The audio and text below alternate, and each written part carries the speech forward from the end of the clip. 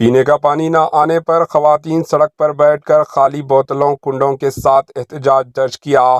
तेलंगाना के जिले रंगारेड्डी के इरविंद गांव के प्रताप नगर में खवातीन ने खाली पानी की घड़ों के साथ एहतजाज दर्ज किया।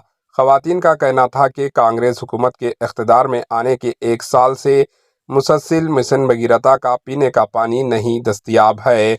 कॉलोनी के मकीने पानी की खाली बोतलें घड़ें लेकर सड़क पर उतर आई। इन्होंने इल्ज़ाम लगाया कि कांग्रेस रेवंत रेड्डी हुकूमत के इख्तिदार में आने के बाद से मिशन भगीरथा पानी दस्तयाब नहीं है।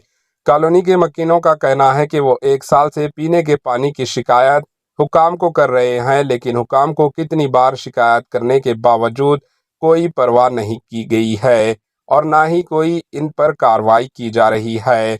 कॉलोनी के मकीनों ने एहतजाज करते हुए हुकाम से फौरी तवज्जो देने और मसले को हल करने का मुतालिबा किया।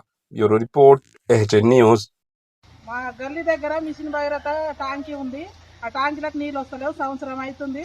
ఇంతవరకు సుక్క నీళ్లు లేవు, ఇండ్లకు నీళ్ళు వస్తలేవు, కొట్టుకొని సత్యకాలం ఉంది. బస్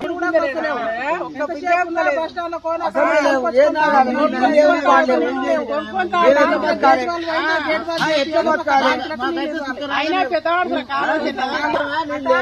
గేట్ వాళ్ళు లేదు, గేట్ వాళ్ళు పోయింది. అదే చేతి